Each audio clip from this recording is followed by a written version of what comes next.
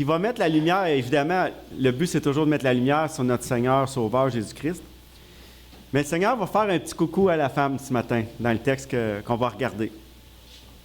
C'est un texte merveilleux. Ça a été difficile pour moi de le préparer parce que fallait que je condense 10 chapitres dans 45 minutes. Puis là, il me reste 35 minutes. Donc, je ne sais pas si je vais pouvoir suivre à la lettre ma préparation, mais j'ai dans mon cœur l'ensemble de ce que je voulais vous partager. Comme nos frères ont souligné ce matin, ils ont parlé d'une mère, là ils ont pris l'exemple d'une poule qui est morte pour sauver ses enfants. Hein? Savez-vous ce qui est spécial, c'est qu'on ne s'est pas parlé, moi, Jean-Pierre, Daniel, cette semaine, on ne s'est pas parlé.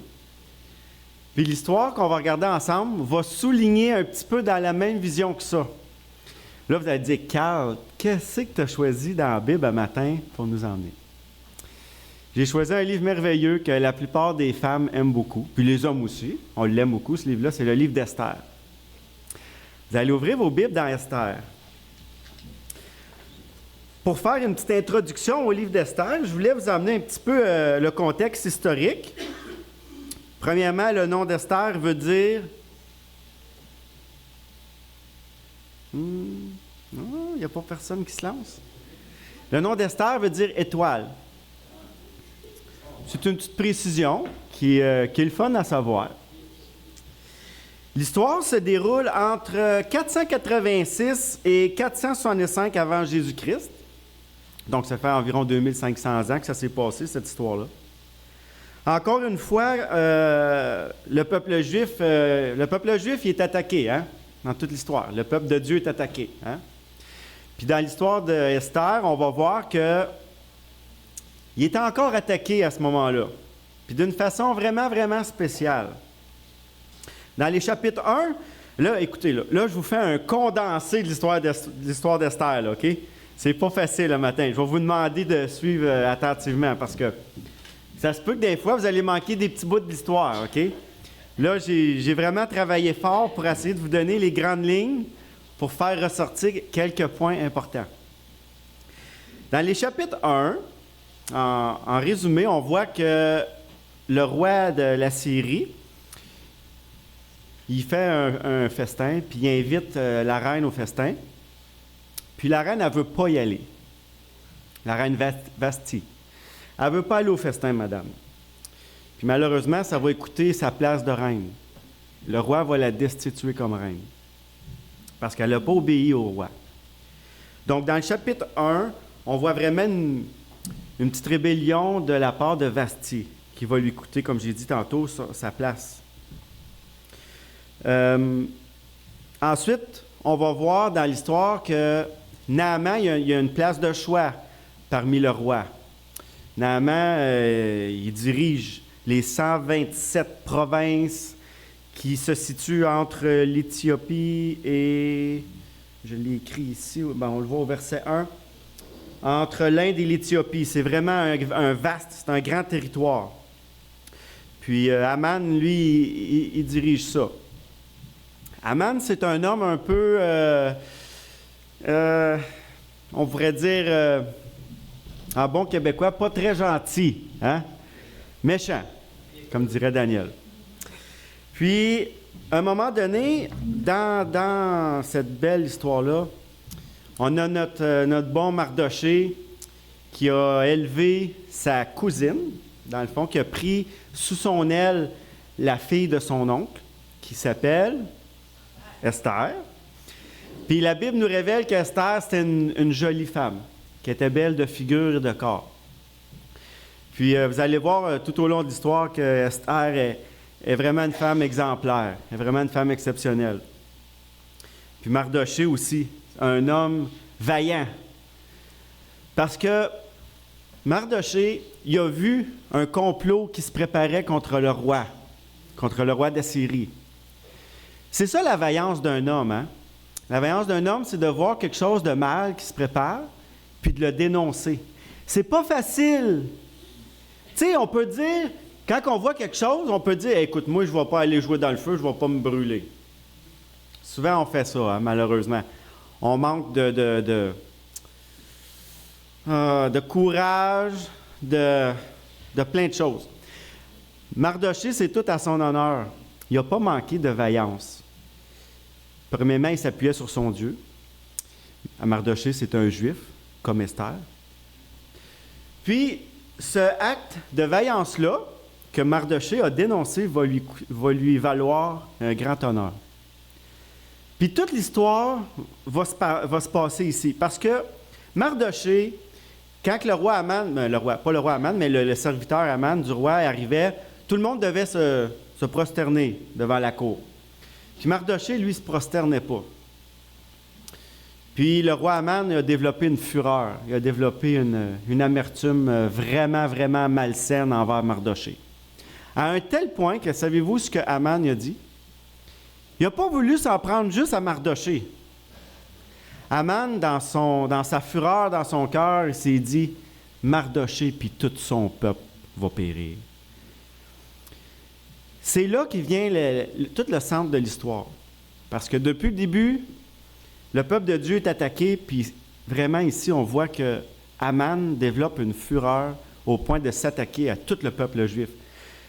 Que dans chacune des 121 provinces qui étaient sous sa garde, il a fait dire tous les Juifs de ces provinces-là vont mourir. Il fait une lettre qu'il envoie aux 127, j'ai dit 127 ou 121, en tout cas, 127 provinces pour faire abattre les Juifs.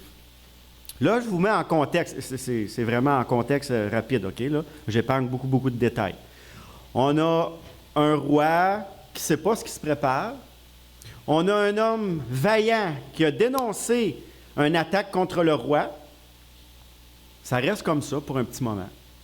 Mais toutes ces petites actions-là, c'est une guerre qui est en train de se préparer. Une guerre qu'on ne voit pas, qui est sous les drapeaux, mais que chaque petite chose qui est faite est très importante. Dans les chapitres 2, on va voir que là, c'est là que tout se prépare dans les chapitres 2. J'aimerais souligner que dans le texte, il y a 3 femmes aussi qui apparaissent. Il y a la reine Vasti, qui est destituée comme reine. Il y a Esther, puis il y en a un autre pas fine. Je ne sais pas si vous connaissez son nom. La femme de Haman, Zérek. Ces 3 femmes-là, ils ont une incidence dans la vie de leur famille, de leur peuple. Gardez ça en tête.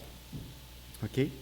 Donc, au chapitre 2, si vous voulez tourner dans 2.11, OK? Là, comme je vous dis, je fais des petits survols dans le texte. Je vous donne une histoire globale, puis on s'en va comme ça.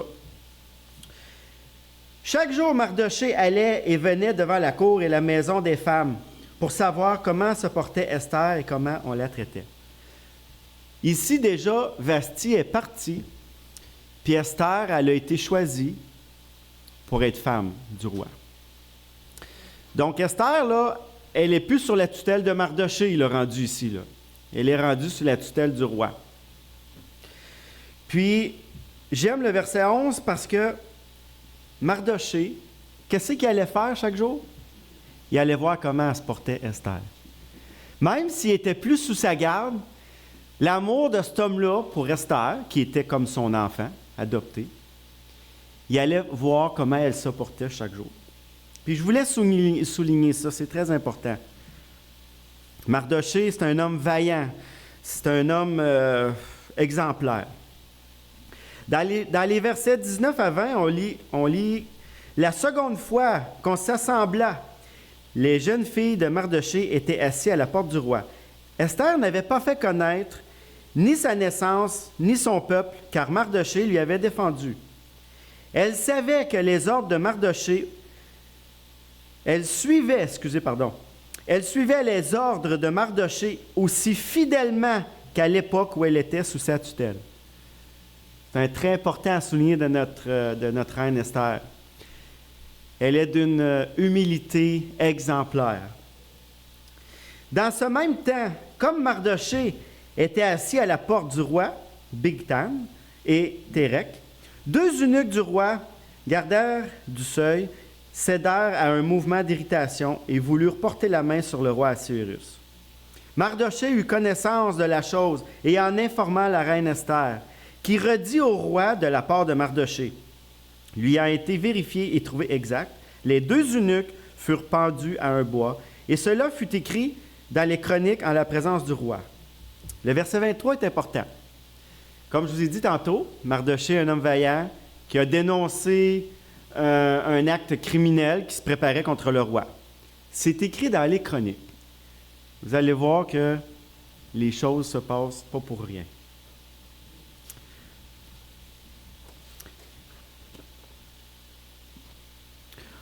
On voit que, si vous voulez tourner dans le chapitre 3, au verset 3,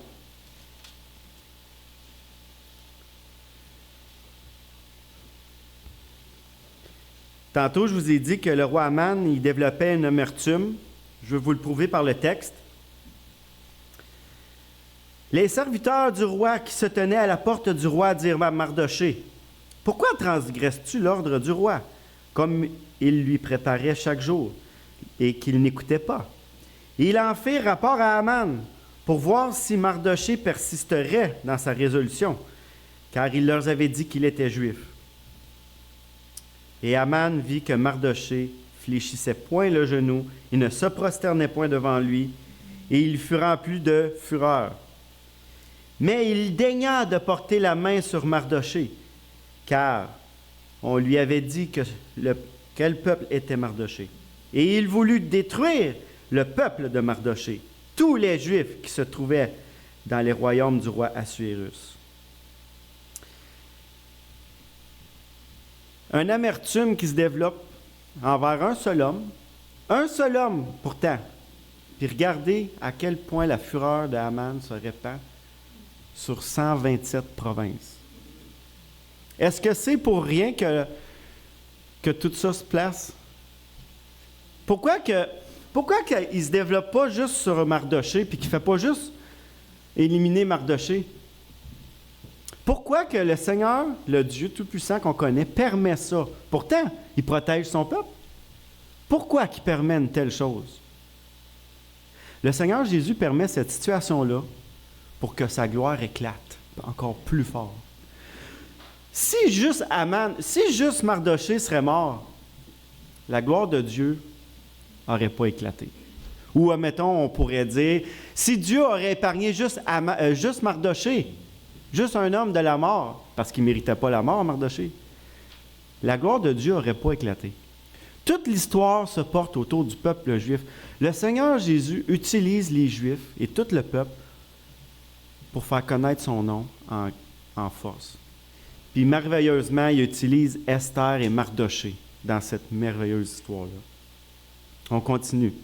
Là, je vous explique des parties de l'histoire. Je vous cite des versets à l'appui parce que je ne veux pas que vous pensiez que je fais toute l'histoire par moi-même. Donc, j'essaie autant que possible de m'appuyer sur les parties fortes du texte pour que vous me suiviez aussi.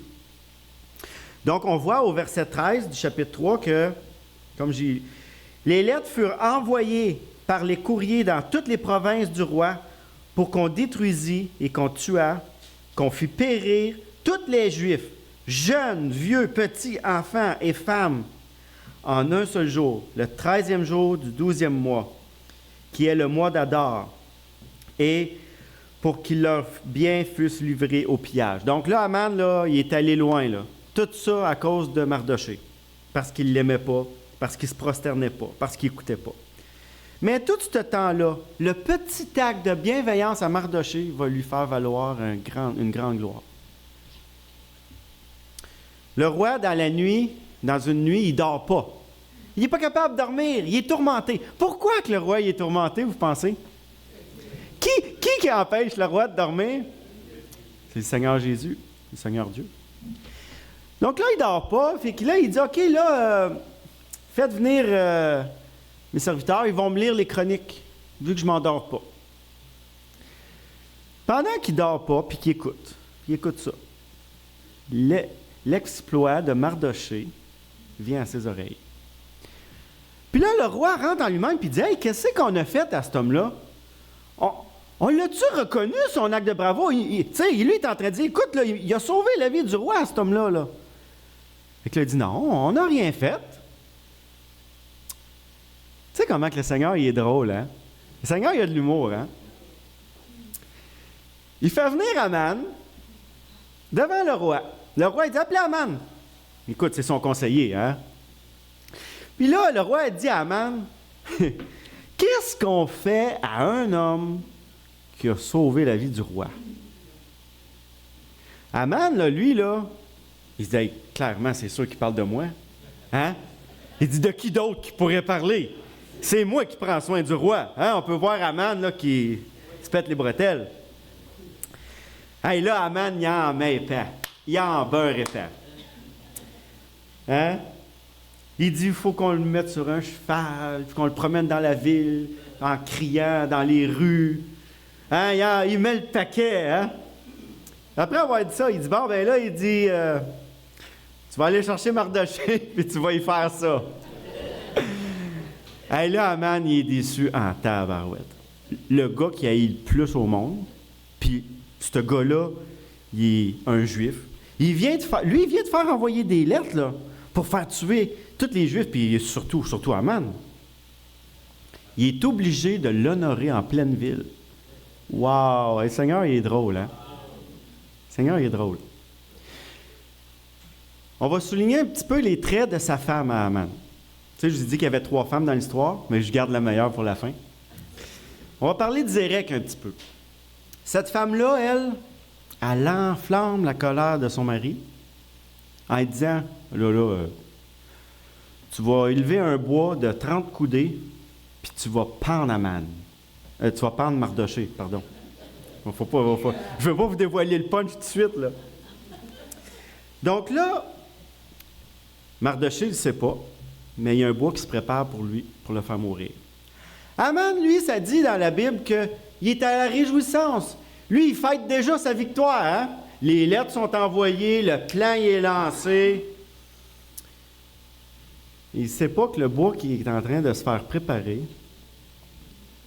selon l'ordre de Zérek, de son ordre à lui, engagé par sa femme Zérek. Tu sais, elle voulu engager un petit peu plus sa fureur encore. Ah oui. Hey, let's go, on n'est pas fin jusqu'au bout. Puis, il fait élever un bois pour pendre Mardoché. Puis lui, il se réjouit de ça. Il est sûr d'avoir gagné d'avance. Pendant ce temps-là, Mardoché, lui, il envoie une lettre à Esther. Parce que lui, il a su l'édit du roi, là, Mardoché. Puis clairement, il savait que la reine Esther, elle ne savait pas encore. Mardoché envoie une lettre à Esther pour dire, là, Esther, il y a un complot qui se prépare. Le roi a ordonné, selon la demande d'Aman, la destruction de notre peuple. Là, quand la reine Esther, elle reçoit ça, là, elle a peur. OK, un peu? Normal. Elle se dit, elle sait là, qu'elle ne l'a pas dit au roi qu'elle est juive. La lettre ordonne sa mort à elle-même, de Mardoché, puis de tout son peuple. Là, elle écrit à Mardoché. Elle dit, ouais, mais là, elle dit, c'est parce que moi, je ne peux pas me présenter devant le roi comme que je veux, là. Je risque la mort. Puis en plus, elle allait dire que je suis une juive. Mardoché, il écrit une lettre, puis il dit dans sa lettre, sois certaine que si ça ne vient pas de toi, le Seigneur va faire en sorte que ça se sache. Puis si ça ne vient pas de toi, ça va venir de lui, mais sache que tu ne seras pas épargné. Puis ici, il souligne sa famille. On ne voit pas dans l'histoire de la Bible que Esther était mère. Peut-être qu'elle l'était, peut-être pas. Peut-être qu'elle est devenue, on ne sait pas, c'est pas souligné. Mais regardez l'amour de cette femme-là pour son peuple. Pourquoi que j'ai voulu souligner avec l'histoire d'Esther? Elle a fait comme la poule avec les œufs. Mardoché, il a dit, pense pas que tu vas t'en sortir. Il est allé semer le doute dans son cœur pour faire certain qu'elle pense à son peuple. Elle est en position de reine. Est-ce qu'elle s'est dit, ah ben là, je suis la reine, moi. Je vais aller voir le roi puis je vais arranger les affaires. Non, c'est pas ça qu'elle a fait. C'est pour ça qu'elle est exemplaire en tout point. Elle est allée, elle s'est dit, elle a écrit à Mardoché, elle s'est dit, premièrement, je vais vous demander votre aide, là. Allez jeûner pour moi. Je vais jeûner moi aussi. Puis puis je vais aller devant le roi. Elle savait qu'elle risquait la mort. Elle s'est dit, je vais le tenter pour le tout, pour mon peuple. Donc, elle se présente devant la cour du roi, sachant très bien qu'est-ce qu'elle devait faire. Le roi devait tendre le sceptre, elle devait mettre la main, le roi devait acquiescer sa demande. Elle se présente devant le roi, puis elle ne déballe pas son plan, là. Elle dit, si le roi veut bien écouter, un grand exemple d'humilité. Le roi, il dit, tout ce que tu demandes te sera accordé. Mais elle ne demande pas là, devant le roi. Elle dit, mon roi est invité à un festin. Elle le prend par la bédaine. Hein? Les femmes, ils ont ce don-là, hein? Ils nous prennent par la bédaine. Donc, elle dit, j'aimerais ça te présenter ma demande, mais je veux t'inviter pour souper. Puis là, à ce moment-là, la reine est consciente de ce qui se prépare, là. Elle est consciente que c'est Aman qui est en arrière de tout ça. Elle a un plan. Elle a un plan merveilleux. Elle est très intelligente, Esther. Elle est très humble. Elle écoute son père adoptif. Elle n'est plus sous sa tutelle, là. Elle aurait bien pu dire à Mardochée, regarde, ben là, moi, je suis devenue reine. Je ne suis pas obligée de me sacrifier pour le reste du peuple. Peut-être que le roi va m'épargner juste moi. T'sais. Elle aurait pu penser comme ça. Ou elle aurait pu dire, je suis la reine, puis le roi va m'écouter. Puis mon peuple va être sauvé. Elle aurait pu penser de toutes sortes de manières, d'un bout à l'autre. Je vous exhorte, si vous allez lire le livre d'Esther, regardez l'humilité. Chaque geste posé de cette femme-là était rempli d'humilité. Elle s'est toujours présentée devant Mardochée, devant son roi et devant son Dieu, en s'humiliant, en jeûnant.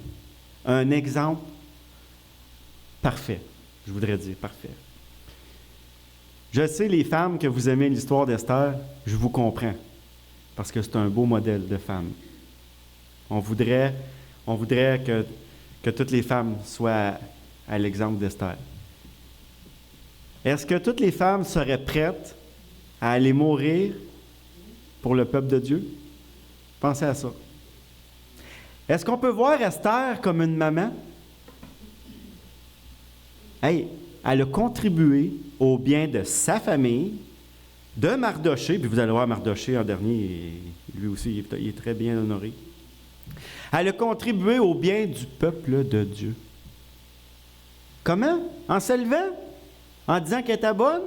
Parce qu'elle était la reine? Parce qu'elle était belle? Non. Un exemple d'humilité du début à la fin de l'histoire. Moi, c'est ça qui m'a touché. Puis son humilité lui a valu la victoire. Le Seigneur a accordé la victoire. L'échange qu'elle a eu avec le roi, l'échange qu'elle a eu avec Mardochée, l'humiliation qu'elle a faite devant Dieu, lui a valu à elle quelque chose de grand. Donc là, on revient à notre histoire. Donc là, Esther, elle invite le roi, elle se prépare, elle se dit là, elle a son plan dans sa tête. Puis là, Aman y arrive tout content. Hey, c'est le souper, c'est la fête. Puis là, tout d'un coup, Esther, elle se déballe. Elle s'humilie devant le roi. Elle dit, est-ce que je peux te faire une demande? Tout ça. Elle y expose le plan de Aman. Le roi, il dit, qui a voulu faire ça? Elle dit, c'est Aman. Hey, là, la balance de l'histoire, elle tourne de bord. Elle tourne, puis pas à peu près. Le roi, il est tellement en colère contre Aman, il ne dit même pas sa sentence tout de suite, il s'en va, parce qu'il est en colère. Puis là, qu'est-ce que le roi voit? Il voit Aman aller faire le piteux, le têteux en québécois, comme on dirait, à la reine Esther. Hein? Je t'en supplie, fais pas ça. Je sais qu'est-ce qui s'en vient pour moi. Oh non, tu ne sais pas. Parce que c'est le bois que tu as préparé pour Mardochée qui s'en vient pour toi. C'est pas juste la destitution. C'est pas juste perdre toutes tes fonctions, là. Voyez-vous comment est-ce que Dieu peut faire des grands revirements en peu de temps? Voyez-vous comment que le Seigneur a permis que l'épreuve s'accroître? Pourquoi que l'épreuve s'est accrue? Pour sa gloire. Deux personnes super vaillantes, super humbles, Mardochée et Esther,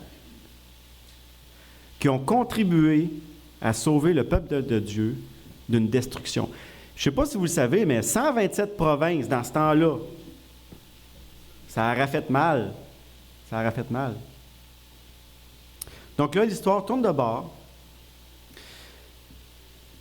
Qu'est-ce qui a été prévu pour Aman, pour Mardochée, se retrouve sur les épaules d'Aman. Aman, il est pendu au bois. Esther, elle retourne devant le roi. C'est pas fini, là. Là, les lettres qui sont parties, là, ça, là, si le roi fait rien au moment qu'on se parle, là, même si elle a gagné la faveur du roi, même si Aman il est pendu au bois, si ça arrête là, sont faites, là. Elle retourne devant le roi. Est-ce qu'elle retourne en disant « Hey, non. Elle recommence le même processus. Elle s'humilie devant le roi. Elle présente sa requête. Elle dit « Mon peuple est en grand danger. Les lettres sont déjà parties. Il dit, ils vont tous mourir. » Hey, là, ça revient de bord encore. Le peuple va être sauvé. Le peuple va être épargné de cette destruction-là. Le Seigneur Jésus, il a utilisé cette femme magnifique-là, puis cet homme-là, pour pas que ça arrive. Puis savez-vous quoi? Aman il est devenu, pas Aman, Mardochée, il a pris la place de Aman, puis il est devenu lui-même le gouverneur. Lui-même. C'est lui qui a reçu la place de l'orgueilleux du méchant. Voyez-vous comment est-ce que la bienveillance et l'humilité peuvent être de grandes sources de bénédiction? Voyez-vous le petit coucou que le Seigneur fait aux femmes ce matin? Comme je vous ai dit, elle n'était peut-être pas maman, Esther.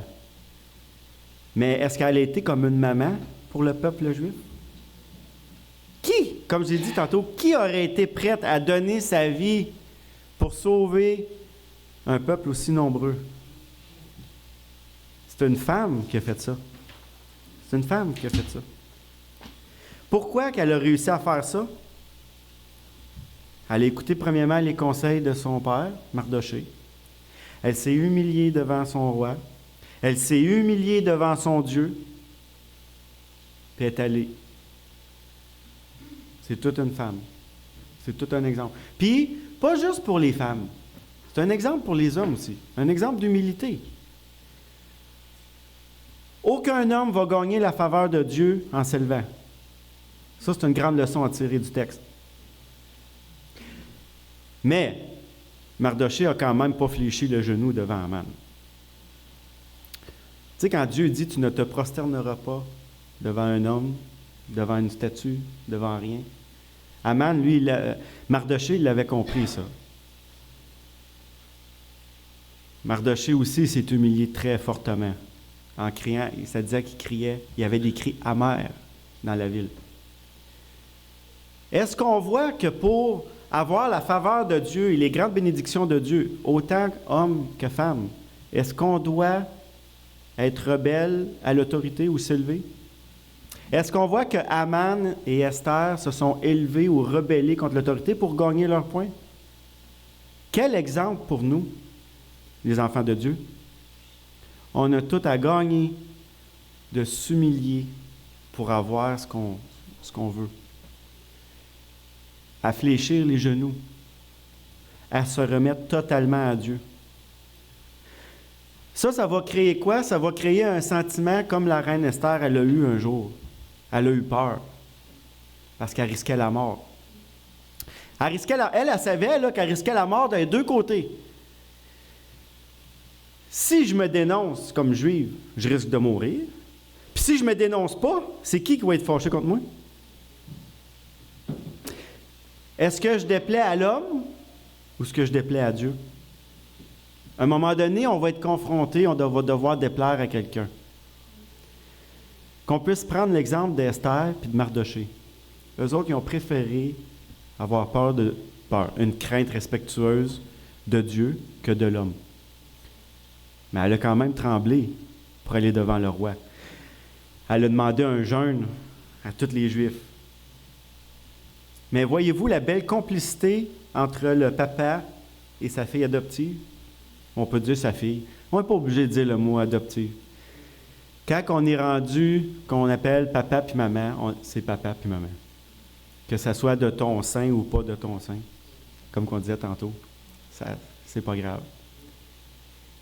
Ici, ce qu'on peut retirer du texte, les choses importantes à ressortir, je l'ai répété à quelques reprises, c'est vraiment de voir l'humilité de Mardoché et de Esther, le grand respect à l'autorité qu'ils ont eue.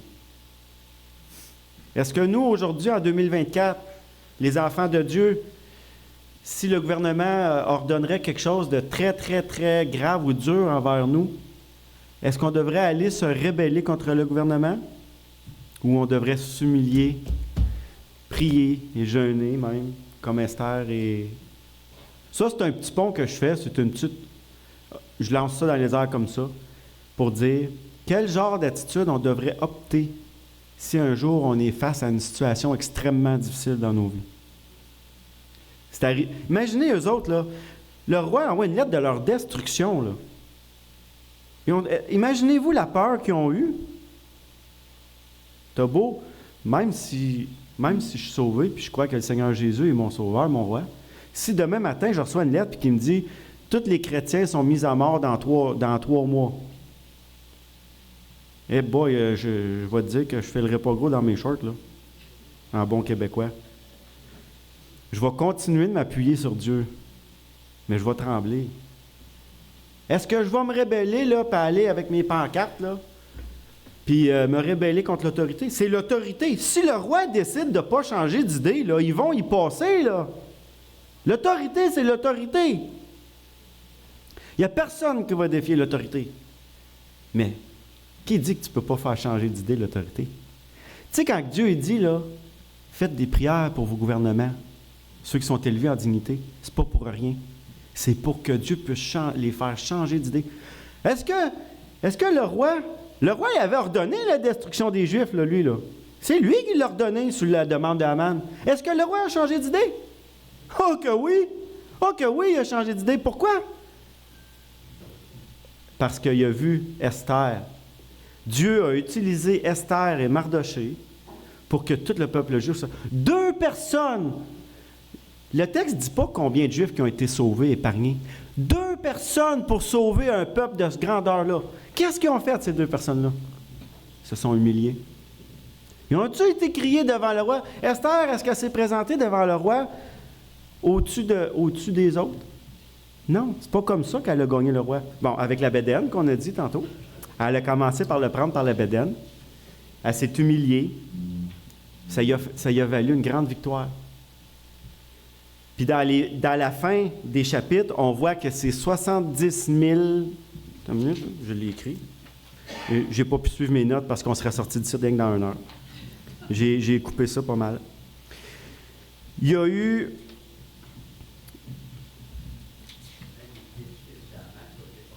Oui. Oh oui, tout Aman, toute sa famille, eux autres, ils ont passé au cash. Il y a eu 75 000... On va aller le voir, on va y aller. Chapitre 9, 16, verset 16, ça vient expliquer tous ceux qui ont été...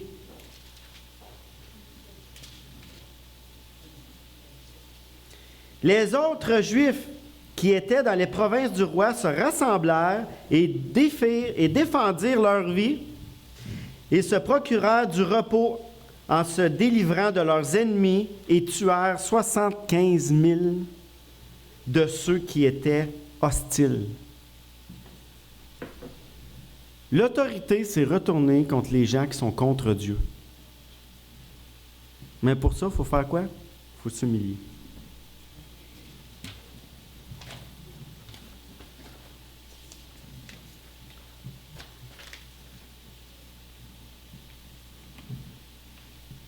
Dieu recherche le bien de son peuple.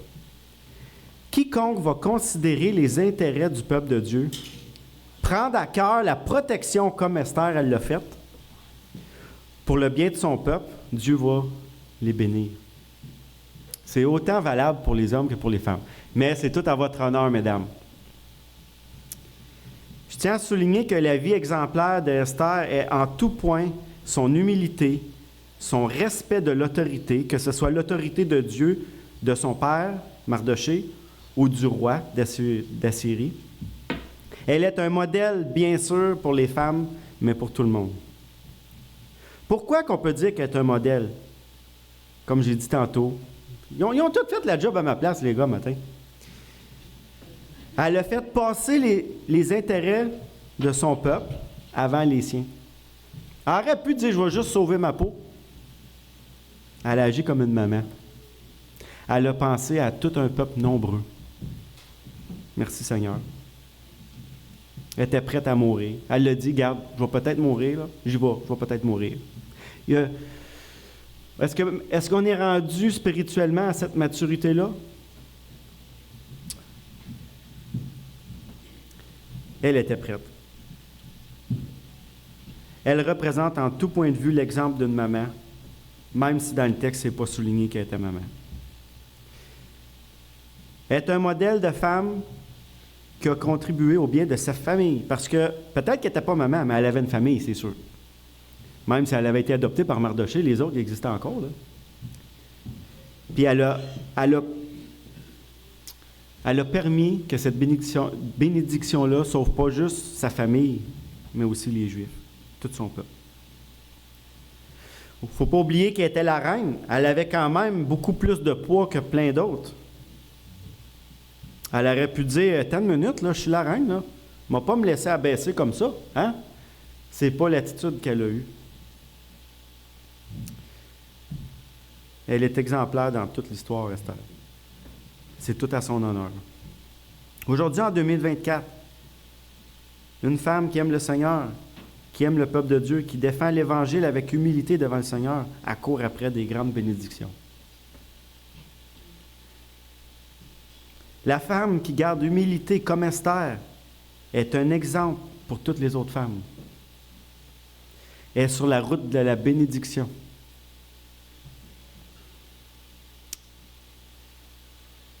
Quand on regarde les bienfaits que ça a eu pour elle d'écouter la voix de son papa, de Mardochée, quand il lui a dit « Si tu ne présentes pas devant le roi la vraie situation, le malheur peut venir sur toi et ta famille. » Elle n'a aucune résistance à Mardochée. Elle l'écoute et elle y fait confiance. Le lien était vraiment beau avec son papa. Les deux ont été grandement bénis. C'est une histoire vraiment enrichissante. Que le Seigneur a utilisé deux personnes humbles et simples pour sauver une multitude de personnes. Plusieurs morales peuvent sortir de cette histoire-là. Mais j'aimerais vous présenter quelques-unes ici. C'est la bienveillance, premièrement, des gens au-dessus de nous. Mardochée a été bienveillant envers le roi. Ça ne veut pas dire que Mardochée il aimait le roi, là. Tu sais? Mais il a été bienveillant, puis ça lui a valu beaucoup, beaucoup, beaucoup. Pas tout de suite, plus tard. L'humilité, en toutes circonstances, est une source de bénédiction. Chercher la faveur de Dieu avant la nôtre est une source de bénédiction. Esther l'a démontré. Rester ferme et à genoux devant Dieu, c'est une source de bénédiction. Des fois, Dieu va permettre que la situation va s'enfoncer de plus en plus. Pourquoi? Ce n'est pas parce qu'il n'est pas là. Ce n'est pas parce qu'il prend plaisir à voir la souffrance. C'est pour que sa gloire éclate encore plus grand. Il n'y a pas de contradiction dans ça ici.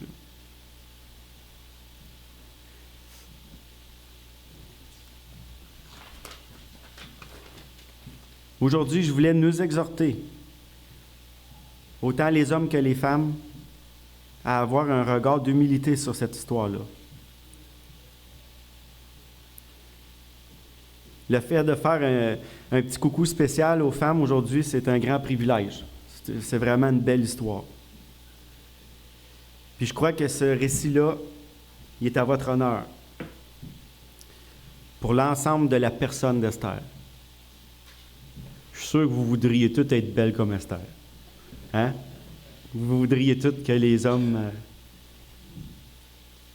mais surtout humbles et remplis d'amour pour Dieu.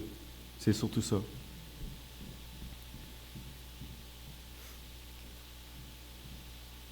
Eh boy, il a fallu que je coupe. Hein? Il y a bien des choses que je n'ai pas dit. On a dans nos mains un grand privilège, c'est celui de servir notre Dieu avec humilité. Je pense que c'est ça qu'il faut ressortir beaucoup du texte. Puis, comme je me suis répété plusieurs fois aujourd'hui, on est à une source de grande bénédiction, mais ce n'est pas toujours facile. Puis je voulais terminer en disant merci à nos mamans, à ma grand-maman qui est là avec moi. Je l'aime beaucoup. Hein? Pour ceux qui le savent, ma grand-maman, pour moi, c'est mes deux grand-mamans, j'en ai encore deux. C'est deux personnes que je prends beaucoup soin, que je suis toujours là, s'ils m'appellent n'importe quand. Puis j'ai été béni d'avoir ma grand-maman, puis ma maman, puis mon autre grand-maman. Si vous voyez tout l'amour en moi que j'ai, oui, évidemment, c'est le Seigneur qui est à la source, mais c'est parce que le Seigneur a mis des femmes exemplaires dans ma vie. Des femmes vraiment spéciales. C'est des modèles. Je ne vous dis pas qu'elles sont parfaites, mais je les aime beaucoup. Puis j'ai un grand respect pour elles. Un jour, ma grand-mère est là, puis je suis un gars honnête, puis je veux en profiter. Ça ne fait pas partie du message, mais c'est une grande exhortation pour vous autres. Ma grand-mère, elle a fait un anévrisme il y a 4 ans passés. Elle a passé, pas à un cheveu, à ça de la mort. Puis j'étais là. Puis le Seigneur, il l'a sauvée. Ah, j'ai de la misère à te dire, là, mais... Quand le docteur est venu me dire « c'est fini, il n'y a plus rien à faire », j'ai demandé au docteur, j'ai dit « est-ce que vous la connaissez, cette femme-là? » Il dit « oh oui, oh oui. » Il dit « j'ai travaillé 30 ans avec, elle a la tête dure. » Ouais, je la connais, oui. J'ai dit au docteur, j'ai dit, sais-tu que si elle était capable de parler en ce moment, c'est quoi qu'elle voudrait? Oui. Elle voudrait être opérée, oui. Mais là, il me regarde, il dit, tu sais qu'elle va rester légume, hein? Elle ne parlera plus, ou elle va être bien de la misère, elle va être prise d'un hôpital le restant de ses jours. Tu sais, il mettait tout le négatif, hein? J'ai dit, ben, tu la connais bien mal. Moi, depuis que je suis tout petit, qu'elle est là pour moi. Puis j'ai dit au Seigneur, cette fois-là, je ne sais pas, moi j'ai dit, je pense pas qu'elle est prête à partir. J'ai dit, Seigneur, je pense pas qu'elle est prête. Mais j'ai dit, moi, je suis pas prête à m'en défaire. J'ai dit, moi, je suis pas prête. J'ai dit, là, tu vas dire que je suis peut-être égoïste, là, mais là, je pense à moi. Puis il y a 85 ans, elle est revenue, elle vient chez nous encore, elle a réussi son permis de conduire, ils l'ont enlevé. Elle a travaillé fort pour le revoir, je peux te le dire.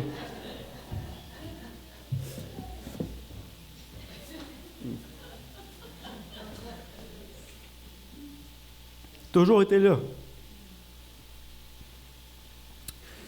Dieu place des gens dans nos vies, pas pour rien. Puis, ce qu'on a reçu, l'amour qu'on a reçu de nos mères, de nos grands-mères, de nos parents, de notre papa aussi. Là, hein? On va parler de notre papa dans 1 mois. C'est Daniel qui va en parler.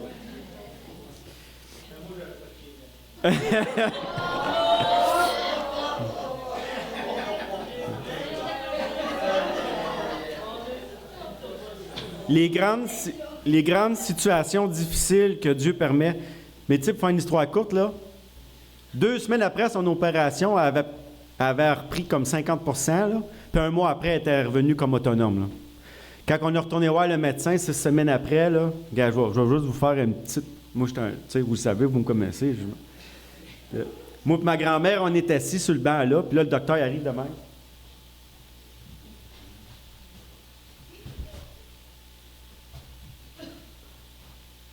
Madame Bouladier? Ben oui, c'est moi. Il roule sa porte de bourre. Rentrez, rentrez. On s'assit. Il s'est assis dans sa chaise, puis il se cadre par en arrière. Puis c'est un Français. Il dit non, mais c'est incroyable. Madame Bouladier. Ben oui, qu'est-ce qu'il y a là? Hein? Elle n'est pas gênée, ma grand-mère. Il dit. Savez-vous ce qu'a dit le médecin? Savez-vous ce qu'il a dit? Il dit, dans notre jargon de docteur, savez-vous comment on appelle ce qui se passe en ce moment? Un acte de Dieu.